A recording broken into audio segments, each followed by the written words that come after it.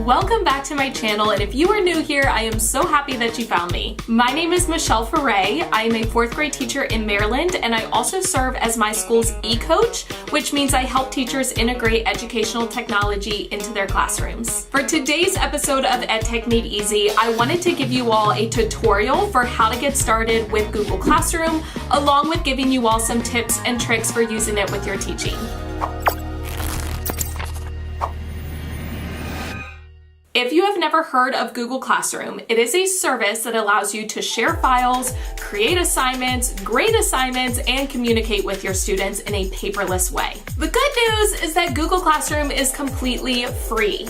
The bad news, however, is that your school or district does have to sign up for a G Suite for Education account in order to use it with students. Now, your school or district can sign up for free, and the G Suite for Education account will help to ensure additional privacy and security for students. So if your school or district is not already signed up, definitely share this information with them, and hopefully they will be willing to sign up once they see all the amazing features Google Classroom has to offer. Now, I'm going to link the Google Classroom website down in the description box. That way you can open it up and follow along with me as I go through this tutorial. The first thing you need to do is create your class. Now, depending on what you teach, you may only need to create one class, or you may want to create different classes for each subject you teach or each group of students you teach. In order to create a class, you are going to click on the plus sign in the upper right corner and then click on Create Class. If your school does not already have a G Suite for Education account,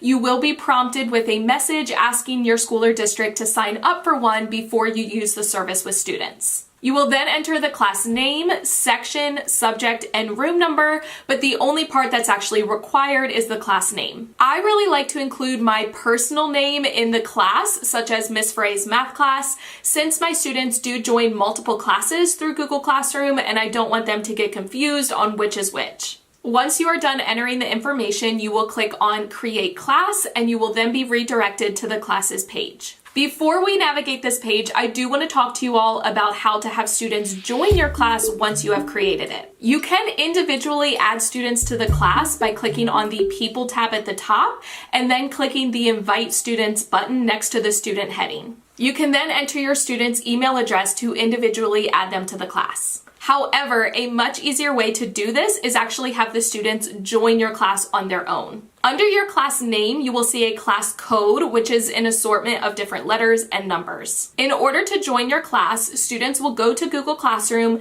and click on the plus sign in the upper right-hand corner. Instead of clicking Create Class, students will click Join Class and then type in your personal class code. You can display your class code in a larger size by clicking on the Display button next to the class code. The good news is, once a student joins your class once, it will always appear in their Google Classroom until you either remove the student from the class or archive the class. Now let's go ahead and jump into the features of the class page. First of all, you can change the theme, which will change up the colors and the images by clicking on the Select Theme button in the rectangle surrounding your class name. You can either use one of the pre-created themes offered through Google, or you can use a personalized photo by clicking on Upload Photo and then choosing the photo from your computer. I personally really like to have a different color or theme for each one of my classes to help me differentiate between them. The default tab is the Stream tab. The Stream tab houses all of the activity that has taken place within your classroom, such as any announcements or assignments you have posted as a teacher, and any comments or posts from students, if you allow them, with the most recent appearing at the top. You can easily post announcements or add attachments to the stream page by clicking in the Share with Your Class box. You can either type a message to your students, you can attach files from your computer or Google Drive, you can add YouTube videos or add links and then post it directly to your stream page. You also can schedule this post to go out at a specific date and time, or you can save the post as a draft to post at a later time. You can also choose to share this announcement with all students in the class, or you can select specific students by clicking the drop-down arrow next to the All Students section. Now, the Classwork tab at the top is the main place where you can create assignments for your students. In order to create a new assignment, just click on the Create button and then choose the type of assignment you want to create. The regular assignment option is what I tend to use most often because it is the most open-ended. I have the ability to create my own title, type in my own instructions, along with attaching any documents from my computer, Google Drive, YouTube videos, or links just like before. How this is different from adding an announcement on the stream page is that I am able to assign a point value to the assignment or have it be ungraded. I can also assign a due date for students to complete the assignment by, and I can create a topic for the assignment. As I described before, you can choose to post the assignment immediately, schedule the assignment to go out at a specific date and time, or you can save it as a draft and return to it later. I really like to schedule all of my Google Classroom assignments at the beginning of the month when I sit down to do my long-term planning, so it is done and off of my plate. The quiz assignment option will automatically attach a blank Google Forms that you can use to create a quiz for your students. The question option allows you to pose a question to your students and then have them respond to it. The material option is a great way to share attachments or materials with your students that you want them to have access to without prompting a specific assignment for them to complete. I personally use the material option to share digital copies of the notes with my students, along with different resources such as a multiplication chart that I want them to have access to all year long. The reuse post option allows you to reuse a post that you have already created in another class on Google Classroom. The topic option is a great way to organize all of your assignments into categories. Under the Classwork tab, you can also view the Google Calendar for your class, which will house all of the due dates for all of the assignments that you have created, along with the Google Drive folder, which houses all of the attachments that you have added to your class. As you add assignments and materials and questions to the Classwork tab, they will also appear on your Stream tab in chronological order, with the most recent appearing at the top. I do want to quickly share a few ideas for different types of assignments that you could have your students complete through Google Classroom, just in case you're not exactly sure what I'm talking about. First of all, you can link different articles or websites to have your students do research and then have them answer questions either by using the question option on Google Classroom or by linking a Google Doc where you already have outlined all of the questions you want them to answer. You can also link quizzes or check for understandings through Google Forms that you want your students to complete, and the best part about Google Forms is you can make them self-grading. You can also have students complete graphic organizers digitally through Google Docs or Google Sheets. The options are truly endless, so if you would like me to make a future EdTech Made Easy video on how to digitize assignments and have students complete them through Google Classroom, let me know down in the comments and I can definitely do that.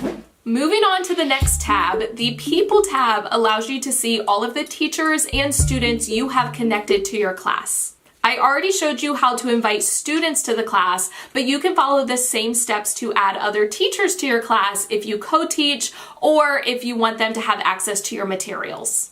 Once you have invited students to your class, you can also invite their parents or guardians to the class so that they can receive updates and check on their students' grades. You also have the ability to email students, mute students, which revokes their ability to post and comment on things on Google Classroom. This one comes in handy, trust me, or remove students from your class if they are no longer in it.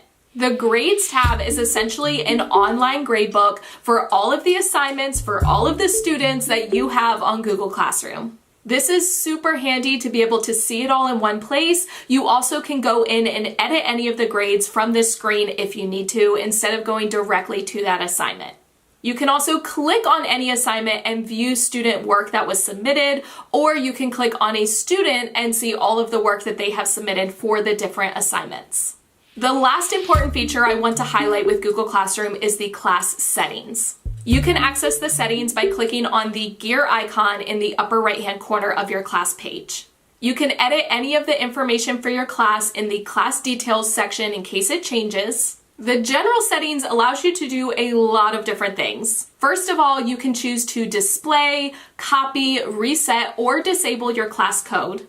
You can change the settings for your stream page and the abilities of teachers or students to post and comment. You also can change the settings for the display of notifications on the stream page. and you can choose to show deleted items or not. In the grades calculation section, you have the ability to edit the grading system to either go off of total points or have a weighted grading system with categories. Now that is all I have for getting started with Google Classroom, but I can tell you I have some tips and tricks up my sleeves for making Google Classroom more efficient and organized. So if you want me to do another video revealing all my secrets, please give this video a thumbs up. Don't forget to share this video out with your teacher friends or your school or your district or whoever you think needs to see it. Also, go ahead and hit that subscribe button and the notification bell so you do not miss any future videos. As always, thank you for watching. I love you all so much. Don't forget to put your positive pants on, and I will catch you in the next one.